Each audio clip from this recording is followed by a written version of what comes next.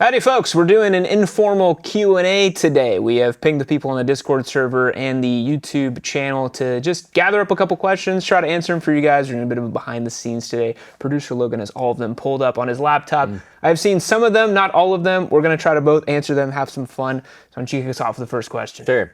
First question, how differently do you ride on camera than with your homies or by yourself? Very different. I would say very different. I'm a big believer in not filming your own crimes. Sure. So I definitely dial it back for YouTube, keep it chill. I think you can attest to this, right? You've ridden with me before we start filming and stuff. And yeah, I pop wheelies, I ride pretty dumb. Yeah, I like to have fun with my bikes. And I tell you guys that on the channel, I'm kind of like, have fun with the bikes. Yeah. Right. Do you, I mean, you don't really film too much riding. And you're a pretty chill rider, honestly. Yeah, I'm a pretty chill rider in general. And I don't film, vlogs and stuff that much anymore these days. So if anything, I would ride even more cautiously while filming because I struggle to articulate and speak and ride at the same time still. I never fully learned that skill, so. Yeah. I remember when we started last year and I was trying to coach you on how to moto vlog and stuff. And we were on Lime Creek, which is a notoriously twisty road here. And you were like, I can't do this. This is really hard. And it is kind of hard. Yeah, it's definitely a skill. Yeah. What's the next question? Next question. Do you have any takes in the early days of the channel versus today that you did a complete 180 on? If so, what are they and why the flip? I think a long time ago, maybe 16 or 17, I definitely remember saying that 600s could be started on because I was like, oh, there's not too much torque. If you're not too crazy, you can start on it. Nowadays, I'm like, yes, it's theoretically possible, but probably a pretty bad idea to start on a 600. That's probably one of the big ones that I've flipped on a little bit.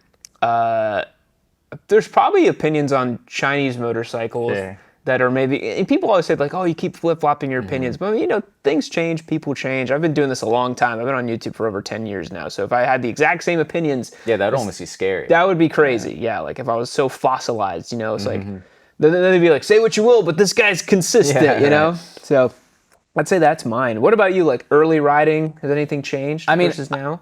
I mean, definitely my tastes have changed a lot. Again, I think that's natural as you age and mature and experience new things. I was gung-ho. Originally, I was gung-ho anti-Harley Davidson when I first started riding. I was vintage UJM kind of cafe racery stuff. And I was like, oh, why would I ever want a Harley Davidson? Again, all the stereotypes of the old guys, the dentists, pirate cosplay. Yeah. And that was probably sort of a rejection of that was the motorcycles I was exposed to growing up. And I'm like, I don't live in the country anymore. I live in the city. I'm a cool guy. And then I switched on that and I'm like, I kind of like Sportsters and old Dynas and stuff, mostly from seeing the wheelie guys and stuff. That was what really opened my eyes. I was like, oh, there's some cool guys doing stuff on Harley Davidsons. Yeah. So that was an interesting flip. Cool. All right, next question. What's your current bike collection and how many bikes would you consider to be too many? Current bike stable is a 2014 Triumph Daytona 675R that's been converted to a track and race bike. I've got the venerable Aprilia Touareg 660. I recently picked up a 2009 Ducati Monster 1100S that has turned into a bit of a resto mod perfection OEM type of thing. And then I've got a little stunt Grom. So I've got 4 motorcycles, and that's probably as many as I would ever want. 4 is probably the max because I don't like having a garage full of junk. It's not really my vibe. So yeah, what about you? What do you got? Yeah, I've just got the 2005 Sportster 883 with some bolt-on Screaming Eagle stuff that the original owner did, and then Honda Transalp 750. It's good stable. Yeah. How many do you consider too many? More than 2 is too many. I already don't ride 2 often enough, and I don't even drive a car 99% of the time. So any more than that, you just have stuff you have to take care of, trickle charger, fuel stabilization, especially if you got older stuff. And I just don't really have the bandwidth for that. Yeah, properly taking care of 5 motorcycles is crazy. Yeah. Been there, done that. I used to own 7 or 8 bikes. I don't want to do that again. Yep, too many. Next question, will the mustache make a return? So I loved having the mustache. The problem was I've got young family. My daughter did not like the mustache, which made me sad. So couldn't play with her like I normally play with her. And then I was like, yeah, mustache got to go. Didn't fit the lifestyle, unfortunately. Sure. The paraprofessionals at daycare didn't like the mustache. They're like, who's this guy? Yeah. No. Yeah, it just wasn't functional for my life, unfortunately. It's cool. I really liked it. I thought it was sick. You have a mustache, though. I have a mustache. I've had a mustache, yeah. I thought the Yami mustache was like the biggest controversy I've seen in like the last year, like online in general. Like Beyond the Janice, even? I think so. Wow. In terms of hate versus support, That's true. Yeah, we got a lot of the Janice was controversial, but got a lot of praise for that, for blowing the lid off that story. That's true. And there was zero praise at all for the mustache. I think the mustache is a symptom of jealousy, Logan. Probably. Many men can't grow beautiful, thick mustaches like you and I can, and they are just simply jealous. That's it. Moving on. Sort of a non-motorcycle related question. Maybe you get, a little hungry after a long ride or something. The question is, what is Yami's favorite bag of chips, and what's the perfect beverage to go along with it? My favorite bag of chips. So I'm going to hit you all with the local example here. I don't know if it's sold in other places. I'm sure it is. There's a chip called Julio's Chips that you can buy at H-E-B. This like nice seasoned tortilla chip. You can get those, or you can get the H-E-B branded, I think they're called the Totopos with the lime flavor. You get those, a little bit of H-E-B guacamole. I'm a big H-E-B fan, as you guys can tell. That's a perfect chip combination for me. I eat that a lot, watching MotoGP and that sort of thing. Drink to pair that with. This is a deep cut. There is a small, like, bitters beverage called a Crodino that you can order on Amazon. I got tuned into it when I was, I think, in Italy, and I've just kind of fell in love with this. It's like a tiny little like bitters drink. It's not really like, you can't really like wash stuff down with it, but it's such a great little like little sipper. Yeah. Then you get that with like a nice tall glass ice water. You're set. You got a nice snack combination. A nice Sunday afternoon, watch some racing. That's right. What about you? I mean, I'm not a huge snack person. I like just eating substantial meals and then forgoing the snacks whenever possible. But that being said, I'm a big film buff, film school dropout, notoriously. So I'm a big popcorn guy. If I'm going to eat a snack, it's typically watching a movie or watching a good show. And I like a big bowl of freshly popped popcorn. Pop in some coconut oil. Do it yourself, yeah. Yeah, for sure. Yeah. As for beverage, again, watching a movie, ice cold beer. Ice cold beer and a bowl of popcorn and a nice flick. I'm in hog heaven. That's nice. Nice. What is the okay, this is a funny one. What is the proper way to leave a group ride? Everyone freaks out if you just Irish goodbye, but if you signal before leaving, they follow you. I've never ridden with groups until recently, and I don't want to ride until 2 a.m. What aura does this person have that they signal and everyone just follows? I know, right? I don't have that problem. Personally, I've always found with group rides, there's like kind of checkpoints and stop points. So if you're at like the gas station, mid-ride, whenever you've decided you kind of want to head out, you could head out at that point, or just like let people know. You're like, hey, at that intersection, I'm gonna take off. That's what I've always done. Especially if you're running like headsets. Yeah, if you're running headsets, you can literally just say like, hey, at this coming up, I gotta take a left, I'm gonna head back home, catch you guys later. And then double honks, peace sign, see you later. That's what I've always done. You're a big fan of the Irish goodbye in general. Yeah, in general, I'm a big proponent of the Irish exit. I think I've mastered it in my almost 31 years of existence. But as far as group rides, I kind of get it. I'm not a big group rider guy, but riding with 3 or 4 friends, I find when there's a clear like crux, in the road, like either getting on the highway, like some big thing where there's no turning back.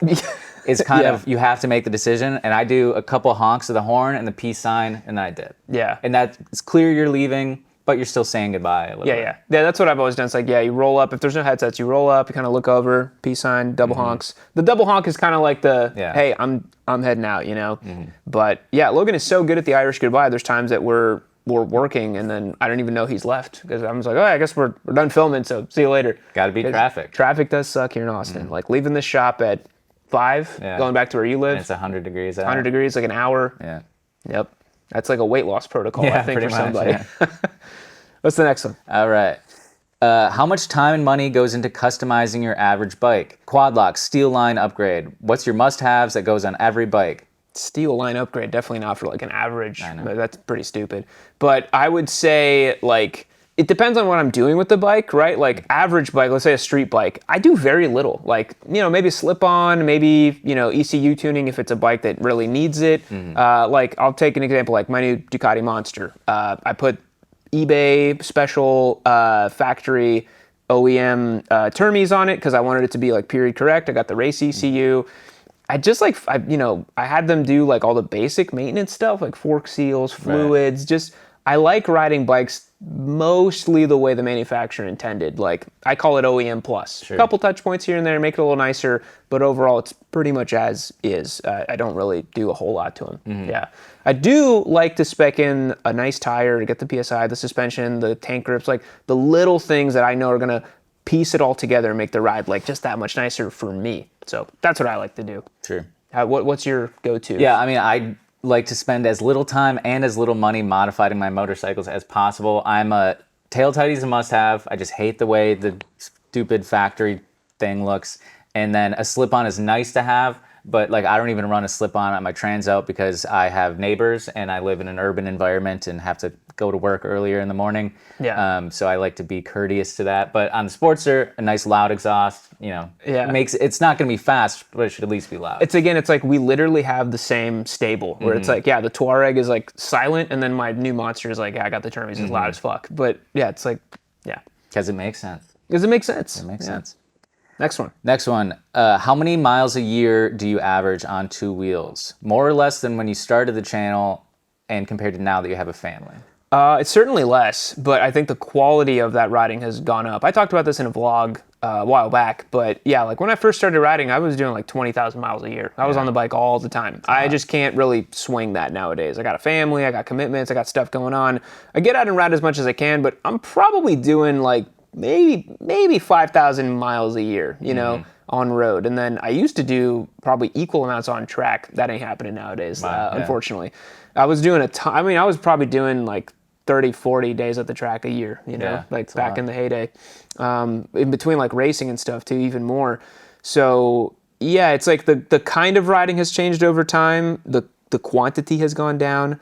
But yeah, I think you probably do way more mileage than I do. Yeah, you use your bike all the time. Yeah, I mean, between both bikes, I probably do about 10,000 miles a year, which isn't really even that much, but I think that's a consequence of my lifestyle and where I live. Like I kind of live pretty locally, and only shooting a couple days a week. It's not like I'm commuting 5 days. So yeah, probably about 10,000. Yeah, behind the scenes look for you guys. We do not come in here Monday through Friday, film every single day. We run a very efficient system. We only shoot 2 days a week. Get it all done. Imagine that. If you had to choose a motorcycle for a one-bike garage, a bike that handles street and track duty, which one would you choose? Street Triple 765 RS. Yeah. Without a doubt. Yeah. I would have guessed that. Easy. Yeah. You don't do tracks, I so I don't guess do the track. question doesn't matter to you. What is it you don't like about boxer engines with the shaft drive? This is a BMW lover trying to get at me. It's like, what the heck? I find most shaft-driven bikes, especially with the Boxster layout, it takes away the two things I love most from motorcycling to me. It's like it takes away that immediate tactile sensation from like cable throttle down to the chain, down to the tire. Like I really feel what's happening. With the shaft drive, it's like it doesn't do what I expect it to do, and you got to like rewire your brain a little bit. Shaft jacking. It's shaft jacking, yeah, and it's like you're off the gas and it does certain things. You're on the gas. I just don't like that. And then the Boxster engine, it's the worst sounding engine. It's the least pleasing like layout. Like to me, the bike is all about the engine. Like it has to be about the engine. And to me, I'm like, the Boxster's the worst engine. It's an antiquated design. It doesn't make any sense. Like I don't even get why the new GS, it's like, it's Boxster, but it's liquid cooled. Right, I'm like, so what the hell is the point of making a Boxster? And if it was so great, why doesn't anyone else make it? That's my diatribe on that. Sure. I don't like them. Sure. I don't like them. I would love a shaft-driven motorcycle just for the maintenance element of it. That's true, yeah. As far as BMW Boxers, I don't mind them in an appropriate context, meaning like a pre-2009 air-cooled GS, I think would be pretty cool as like a sort of combination heritage / do-it-all, one bike solution. Yeah. But for the most part, I'm never going to like go to bat for the Boxer engine. I don't care that much about it. So we got a hard-hitting one here. What are your thoughts on vintage motorcycles pre-1960? Pre-1960. I've actually never ridden a pre-1960 motorcycle. I think the oldest I've ridden is like in the 80s. I've never even ridden a 70s or 60s bike. To me, honestly, I'm like, those are just museum pieces. Sure. I don't really think they're super relevant for road stuff. I think if you're doing like a restoration project, that's pretty cool. But you're talking about a 65-year-old machine. Like that's... it just even rolling out on its own power is kind of amazing. You know, like no matter what it really does. I think, you know, you could ride it and say, oh, the brakes suck, the power suck, whatever. I'm like, if it just runs, that's crazy. You know, it's probably a Honda. So Very sure. That's my thoughts on vintage bikes. I mean, the Janus is probably pretty close to a pre-1960 motorcycle. But the engine was so bad and vibrational and Chinese and that's what it was missing. Because like those old bikes are carbureted and like they just have a sweetness to them. The Janus didn't have any of that. Yeah. It had all the bad stuff from old bikes and all the bad stuff from new bikes too. And I'm like, well, what's the point? Yeah. Yeah, I think and pre-1960, again, that's a long-ass time ago. I've certainly never ridden anything that old. I think they're interesting from a historical context to see the way, you know, the approach to motorcycles have changed over every decade. But as terms of riding one, I haven't and probably even wouldn't. It's like, especially the older that you get, the more afraid of like getting hurt you are. And you're like, this motorcycle's 1950, 75 years old. I'm like, that doesn't inspire confidence. No, it's ready to go run for Senate and the Congress. That's how old it is, It's not even a hot take, it's just fact. I think they're all like 70 years old or whatever, so that bike could go be congressman. And I have ridden bikes from the 70s, and they're hard to ride. Nothing's as intuitive. It's very hard. That's like back in motorcycles for real men, you know? Yeah. And it just kind of affirms how easy and how good motorcycles are today. They're so easy to ride, Again, cool to look at, interesting to learn about, not particularly fun to ride, definitely not fun to work on. No. If you had the unlimited resources of a bike manufacturer, what would you put on the market that nobody else has? If I had the unlimited resources of a bike manufacturer, what would I put on the market? I mean, we just did that video about bikes that need to come back. I mean, I would take that Ducati single cylinder and do a lot of stuff with it. I'd want an enduro model. I'd want a supermoto race bike. I would also, I've been talking about this for years. I would make a Yamaha XSR 1000, take the CP4, do the cool Neo Retro thing, make a Yamaha naked bike that's flagship that looks cool and ready to ride. Because I think the MT10, unfortunately, is so heinously ugly and stupid looking. It's just the reason I've never even bought one as a giveaway bike, because I'm like, I just think it looks so bad. Yeah, they don't look good on.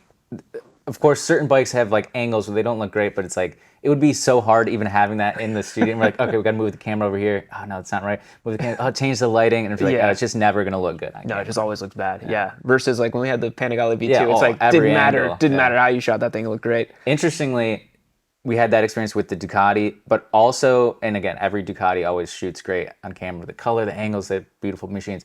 The other motorcycle I remember that was a similar experience was the Goldwing. That's true. Like the Goldwing was just so big and so substantial. Like it looked perfect from every angle. It was really weird because we're like, oh, this is going to be hard to move around in the studio to get good shots, and we just rolled it in. We're like, oh, it looks perfect. Yeah, you wouldn't imagine God's most perfect creature to be a Goldwing, but it is. Here we are. Yeah, that's what I would make. What about you? Yeah, it's something I've been thinking about, kind of wanting a more like kind of supermoto type bike, but I don't want like a DRZ. I don't want a DRZ at all. But I also don't want to go full like Euro bro. Like again, I'm a risk averse person. So if there was like a Japanese, bigger, more powerful supermoto, I think that would be pretty sweet. Like a more hopped up 450 or 500. Dude, you don't want a DR650 with 17s? It's perfect. No, I don't. No, I don't. I don't really have a joke to make. I think if you wanted that back in the catalog, you get XR 650R. Honda's like hopped up big King Kong supermoto, but it's really old by now. Yeah, really old, clapped out. Boys, I'm coming to you real time here in the streets of Austin, Texas on my Aprilia Tuono V4 factory. This is our newest giveaway motorcycle. Make sure you head over to the website, get your best chance to win, lock and load it, become a member, and you will gain automatic entries to win this fantastic motorcycle. If you want to cruise around and make sweet V4 sounds like this, then you can go and join as a member. Click that link below and let's get back to the show, baby. With 5 wins in World Supersport out of 10 races, and in the rookie season no less, how do you feel about ZXMoto now, especially after your egregious video several months back? I knew this would come up. So this is a story I've been following, obviously. I've been very busy with life stuff. We just had a new kid and all that. But I have been following the story. You and your wife, not you and I. Yeah, no, we haven't. No, that's coming later. That hasn't happened yet for us. We're still waiting for the right time. Okay. But yeah, it's a story I've been following closely, and it has surpassed all of my expectations. And we are working on a follow-up video, and the title is something like "We Owe ZXMoto an Apology," because it is genuinely amazing and incredible that they are doing what they are doing, and they have a chance at winning the championship at the first crack at it.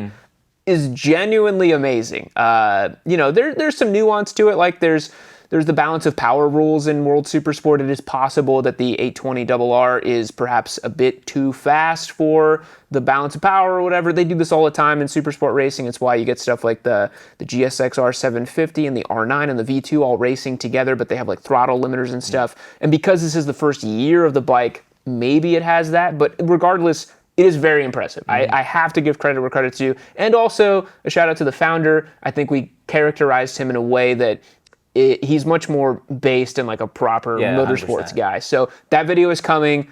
I'm not going to sit here and be like, no, I was right. Like, I was totally wrong. Totally wrong.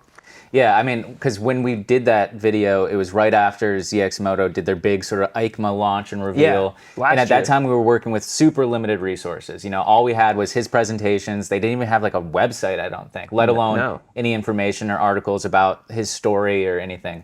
And it's only since this sort of big, upset in World Supersport that more information about the company and about Zhang Su, the founder, has come out.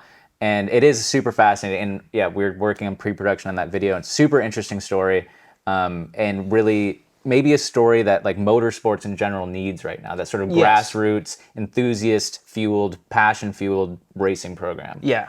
No, it's super cool. And I think the unfortunate thing was it was like, because it's a Chinese brand, there's a lot of stigma around those. And I remember seeing the brand like ZXMoto. I was like, well, it sounds like ZX6. It just, all of it, before we had all the information, felt very just like hokey, and it sounded like another, hey, it's another Chinese brand. Right. Wasn't what we thought at all. Really happy to see that, because we need more shakeup. And if the 820RR does come stateside, hey, maybe we pick one up. Yeah, and the last thing I'll say about it, because again, we have the full video coming out, is like something that was suspicious of is it felt very, the EICMA presentation and videos around that specifically felt very kind of cheap, for lack of a better word. And we're like, they're like, how can you build motorcycles this powerful, insane, unprecedented power to weight ratios, but not be able to make like a proper presentation and video? Yeah. And then it turns out it's because he's just like bootstrapping the whole thing, and he's putting literally all the money into the bikes, and then just DIYing everything else, which is a completely different thing than trying to just like half-ass it or whatever. So video coming, very cool. What is your opinion on the BMW S1000R, not the M, the regular R? I know you're not much of a BMW fan. Just the regular single R, so the naked Single bike, R, no M. not the M. Again, it comes down to like, technically the bike is very proficient, very good, makes a lot of power, sophisticated, blah, blah, blah.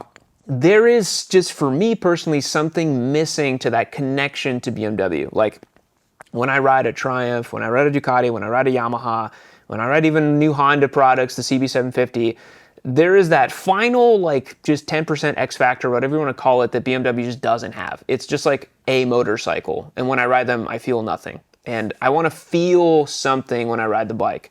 They're a little too precise, a little too polished, to the point where I just can't enjoy them. I don't know. Yeah. Sure. So that's it. That's it. I have no opinion. No opinion on BMW 4-cylinder, whatever. No. R's, M's, means nothing to me. How do you get back up after a crash and still have the grit to ride? For context, I crashed and totaled my bike with only minor injuries, and I still want to ride, but I'm scared it's going to happen again. Well, I think it's great you want to keep riding. That's a good feeling, and I've been in your same position. I've crashed twice on road. I've crashed so many times off-road and on track, but on road I've had two somewhat major, well, one was extremely major, and then one was a minor accident. And it's sort of like, if you always want to ride, you're just going to want to keep doing it, and you just have to recognize like what went wrong, why did I crash, what can I do in the future to make sure that never happens again? Like, that was my whole MO. Once I got better and I recovered, I was kind of like, okay, the last one I had in 2017, which was almost 10 years ago now, which is crazy. It was very simple to identify like what I did wrong. I rode like an idiot. And so I was like, well, just don't ride like an idiot again. Probably won't crash. Wear all your gear, all that good stuff. It's just about taking the time to self-reflect and understand what went wrong. Because at the end of the day, like, motorcycling is an activity that, things can happen, but I do think there's a lot under your control, a whole lot. And I think that you are the maker of your own destiny. And if you want to ride a motorcycle and do it for a long time, there's plenty of examples of guys doing that. So that would be my... Have you ever crashed on road, Logan? I don't think so, right? No. I was hit by a car on my bicycle a couple weeks ago. Hey, how do you prevent... Are you going to quit riding bicycles now? I'm not. I'm going to quit riding on Barton Springs Road in rush hour, though. That's a very... Yeah, don't do that. Honestly, for y'all that don't ride bicycles, sometimes way more dangerous than motorcycles. And I think cycling teaches you to be a better motorcyclist. Yeah, for sure. I mean, in terms of just awareness and scanning and stuff. You have to be so aware. Everyone's out to get you. Yeah. But yeah, I mean, in terms of that, I was just like, well, I don't know. I mean, I'm not going to not ride bicycles. That's crazy. But just like, yeah, not going on busy roads, at least for a while. Yeah. But completely different than riding motorcycles. But never crashed a motorcycle, knock on wood. Of all the bikes you've had in your life that you no longer own, which do you regret getting rid of the most? Easy. WR250R. Yeah. That was I wish I'd kept that bike so bad. I wish I'd never upgraded to the FE501. The FE501 was a really sick bike, but it was just too much. It was a cheat code. Much like the V4 on track, like that bike on trails, I had no business riding the trails I did with that bike. And I was like, this is just a cheat code bike. Yeah. So really cool for that, but a lot of maintenance, just annoying, like Euro bike stuff. And then I just kept thinking back, I was like, my WR. Just like, my WR. So that's the one I regret the most. What about you? I mean, I haven't personally owned that many motorcycles, so I don't have any regrets thus far. I know. Look at this guy. No crashing, no regrets. I know. Damn, dude. You're going to make a great father with me. I would regret selling my Sportster if I did. And I've considered it many times in the last 6 years, but then I always come back to it, I'm like, yeah, I don't need $3,000 or whatever it's worth that bad. And I would... Just having it makes me happy. If you needed that, I would give you $3,000 so you didn't sell the Sportster. I'm like, don't do that. You'll really regret it. Well, interestingly enough, yeah, when I was planning on moving down here to Austin, and I was like, I can probably sell the Sportster and that'd make the move easier. And you're like, no. He's like, you're not. He's like, we'll ship them down. So yeah, I do appreciate that. Yep. And I still have it. No, especially because I've gone through that of like selling bikes and regretting it, and I'm like, if you really love it, don't get rid of it. Because like the one that almost got away was my Daytona that I sold. Yeah, and you got somehow it back. I got it back. Yeah. The guy never used it, and now I'm like never selling that thing. If you love something and let it go, and it comes back to you, it's yours or something. Yeah, 100%. I can't believe that bike came back to me. I was like over the moon when I got it back because it was like because I had that piece of Gixxer 600 for a while. I forgot about that. Yeah, me too. I don't ever want to remember that bike, and then I got the Daytona back, and I'm like, c'est magnifique. Yep. All right, so I'll have to paraphrase this one. Do you have any insight on tire pressures? I feel the factory recommended tire pressure of 36 and 42 is too high. I'm about 250 pounds with gear and just ride on the street. I know it's a boring topic, but I'm hard pressed to find the correct info easily accessible. Thanks. Yeah, so there's two different readings for tire PSI. There's one on the swing arm of the bike that typically is the manufacturer recommended PSI, and that one's usually the one you're referencing there. Like it's kind of higher, usually like 40s for the rear, 38 for the front, 36 for the front. Tire manufacturers will often say much lower PSIs because when you have lower PSI, you typically get more grip out of the tire. It works a little bit better. So I've always followed whatever the tire manufacturer says for the tire. Typically, motorcycle manufacturers have higher PSIs because they're thinking about maximum load for the bike. So like if you have a passenger, you typically want to air up a little bit more because you don't want, like a 30 PSI in the rear with like a passenger in the back or luggage. So I would say since you're 250 pounds, I'd say air it up a little bit more, but I think 42 is a bit high. But for street duty, if you're just slogging, commuting, like higher PSIs are typically better because you have longer lasting for the tire. So that would be my recommendation. Did I leave anything out, Logan? Anything you want to add? No, I think that was pretty thorough. I think right? that was pretty thorough. Okay, Yeah. I think that was it. Yeah. Oh, there's a good. When's the Monster content coming? I'm hoping they mean Monster Energy. When are we doing the Monster Energy review our series? big review, our big collab. We finally got the Big Dog, Big Dog channel sponsor. Right. That would be hilarious if Monster sponsored the channel. No, this is referencing my Monster 1100. I'm working on the big video for it. I don't want to do some like super self-indulgent, just like, look at my new bike. I'm trying to basically make a video that's like talking about why modern motorcycles have lost their feeling and why I ended up getting something older instead of buying a brand new motorcycle. Still scripting that, still got to film it. So couple of weeks for that one. Couple of weeks. How would you feel about a modern bike with a retro engine? For example, the RC51 engine and the chassis of an up-to-date middleweight sport bike like the R9 or Ducati V2S. This guy's talking my language. I like that. I would love it. I think some of those older engines have a lot of character and have, the right kind of like power band characteristics, specifically RC51, that big V-twin, lots of torque in the middle, enough power to have fun with. It was before we started chasing like 200 plus horsepower in the V4 configurations nowadays. I think it'd be really cool. The problem is they can't pass emissions, and the manufacturers aren't willing to like update them to do it. If you want that vibe, I mean, Suzuki sells bikes that are kind of like that, you can kind of get some of those old school engines that are just like dinosaur grandfathered in. But yeah, like manufacturers, you think about like the frame of an R9, it's designed around fitting a 3-cylinder. So like if you were to just like put a V-twin there, it wouldn't work at all. The whole thing would have to be different. But I'd be all for it. But yeah, I've seldom seen old engine architectures come back. They usually only move in one direction. Yeah. And I'd challenge this by saying, maybe it's for the best that some of these things remain not extinct, but sort of as artifacts of a different time. And maybe they are a little bit more special, that you have to kind of search and, prowl Marketplace and Craigslist, waiting for the right gems like your monster to come up, right? I'd agree, yeah. I think that's part of the elusiveness is part of like the allure, Yeah, there's definitely that factor to it that I really appreciate. Yeah. Nick Cage like hunting down the National Treasure, but instead it's hunting down some sort of air-cooled or V-twin superbike on Marketplace. It's exactly like that, Logan. Yeah. I just paid off my first bike, a Ninja 400. I had it since 2022. I really want to get an Aprilia RS660. How do I justify it to the wife? Don't. Just do whatever you want to do. If you have the means and you want the motorcycle, just get the bike. I don't really understand this framework. We were talking about this earlier. We're like, if you make your own money, you can make your own decisions. She probably won't leave you. If she does, then she wasn't a good partner to begin with. Right.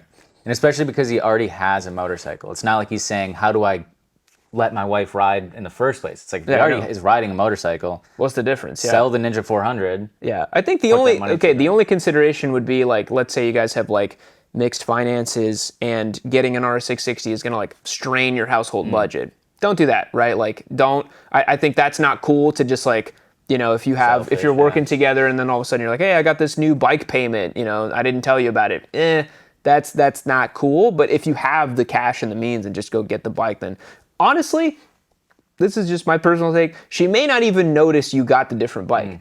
My wife doesn't even notice different bikes in the garage. Like she walked right past the Panigale giveaway bike, and I was like, "Did you see that?" And she was like, "What?" And I'm like, "The shiny brand new Ducati in the garage." And she's like, "Oh, that's cool." Nah. So maybe you can just get away with it. I don't know. Right.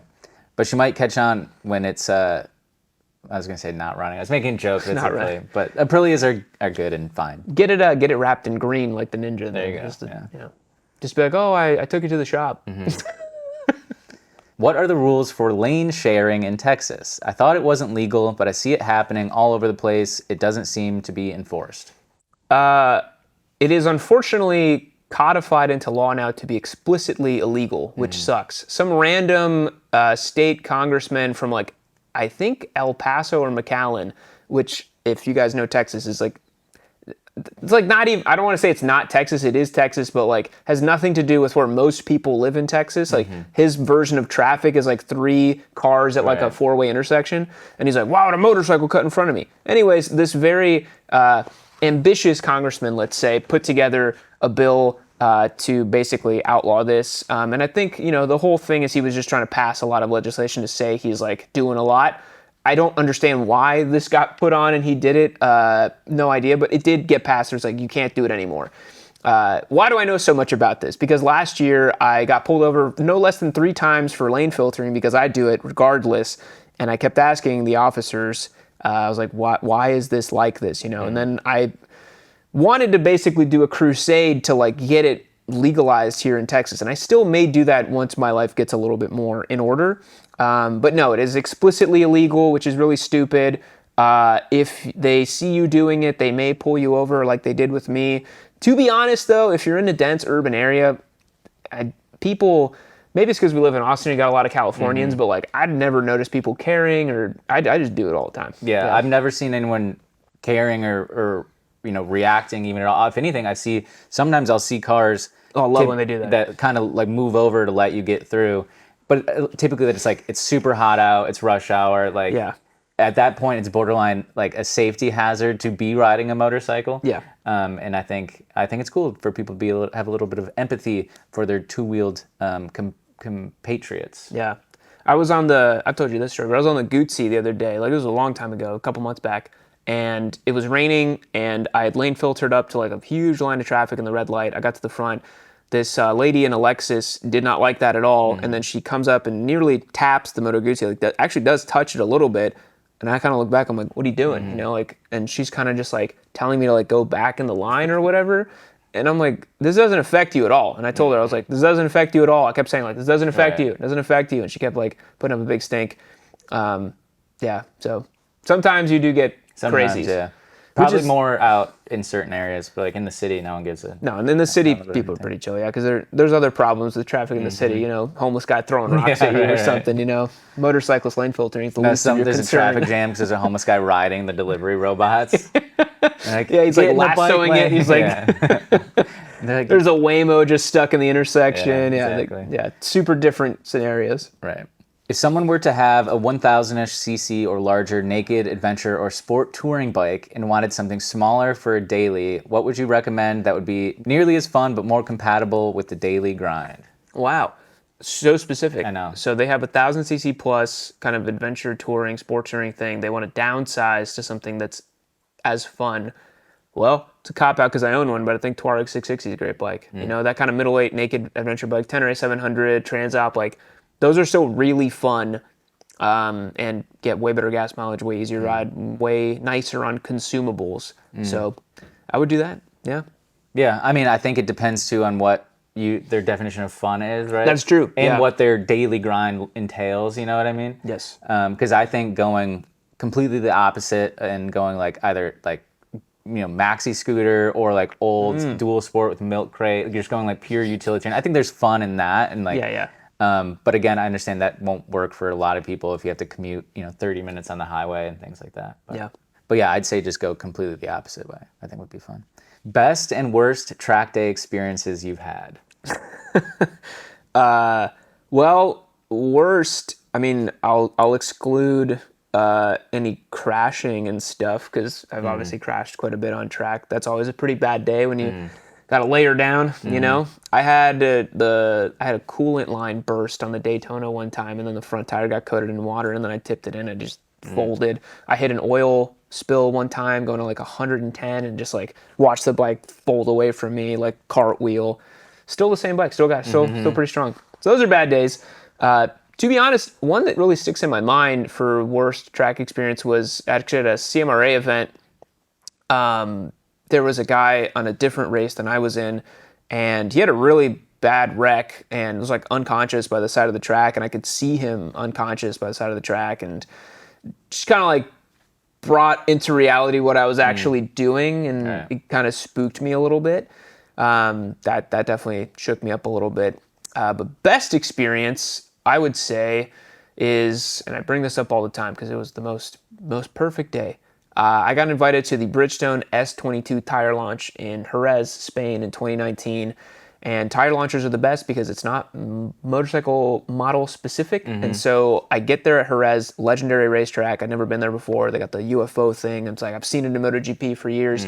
And then there's a lineup of bikes, you know, ZX6, Super Duke, S1000RR, like everything you could think of, all on brand new S22 tires.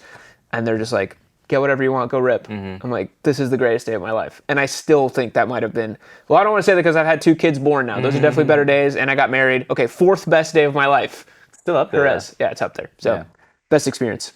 Something I want to ask about track days is probably, you know, so long ago at this point, but like, was there ever an experience when you first started going to the track and you have to do like, you know, really entry level C group stuff or whatever, were there other people there that are like really hard to, you know, I think of like when I took the MSF course and there's all these older people that like can't follow directions, can't listen, think they're smarter than everybody else, can't, like, have you ever experienced those people? Oh yeah, you get that a lot. And that's why I tell people like track riding and racing and stuff, it's kind of like you want to get good to get into the advanced group sort of like as fast as you can, because then it's way safer. It's way safer. Because I see all the time people are like, I went to the track and like everybody's crashing all the time. I'm like, that's like C group and B group stuff. Because like advanced guys don't crash that often. It's pretty rare because you know what you're doing.